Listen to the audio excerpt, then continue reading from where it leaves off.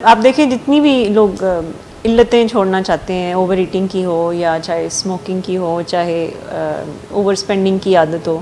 تو لوگ غلط جگہ پہ اپنی ویل پاور خرچ کر رہے ہوتے ہیں۔ وہ کہہ رہے ہوتے ہیں کہ نہیں میں نے سگریٹ نہیں پینی، میں نے سگریٹ نہیں پینی، اس پہ زیادہ اپنی ویل پاور خرچ کر رہے ہوتے ہیں، یا میں نے فضول خرچی نہیں کرنی، فضول خرچی نہیں کرنی، جبکہ ان کو سیونگ کے کچھ اسٹریٹجیز اپنانے کی ضرورت ہوتی ہے۔ وہاں پہ اپنی ویل پاور خرچ کریں کہ ویل پاور خرچ کرنی ہے تو اس چیز پہ کریں کہ گوگل پہ جا کے سرچ کریں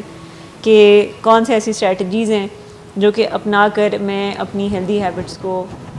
سٹارٹ کر سکتا ہوں۔ سو ویل پاور ہمیں جیسے کچھ سیکھنا ہو، کسی سے جا کے کچھ سیکھنا ہو، کسی سے کچھ پوچھنا ہو، کسی ایکسپرٹ سے مدد لینی ہو، تو ویل پاور وہاں پہ خرچ کرنے کی ضرورت ہے۔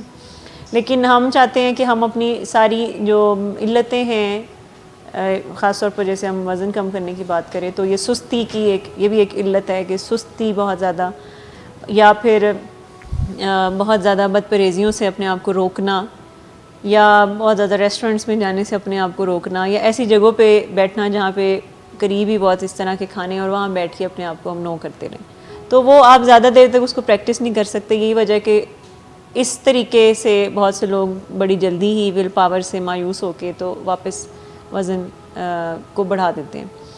پھر دوسری چیز جو سمجھنے کی ضرورت ہے وہ یہ کہ ویل پاور کو یا موٹیویشن کو ہم بڑھا بھی سکتے ہیں، یعنی اس کے اوپر بھی ہم کام کر سکتے ہیں کہ یہ ایک مناسب حد تک بڑھتی بھی رہے، اور اس کے ساتھ ساتھ ہم اس کو ضائع کرنے سے بھی بچا سکتے ہیں۔ تو یہ بھی ایک ویل پاور کے بارے میں سمجھنے کی ضرورت ہے۔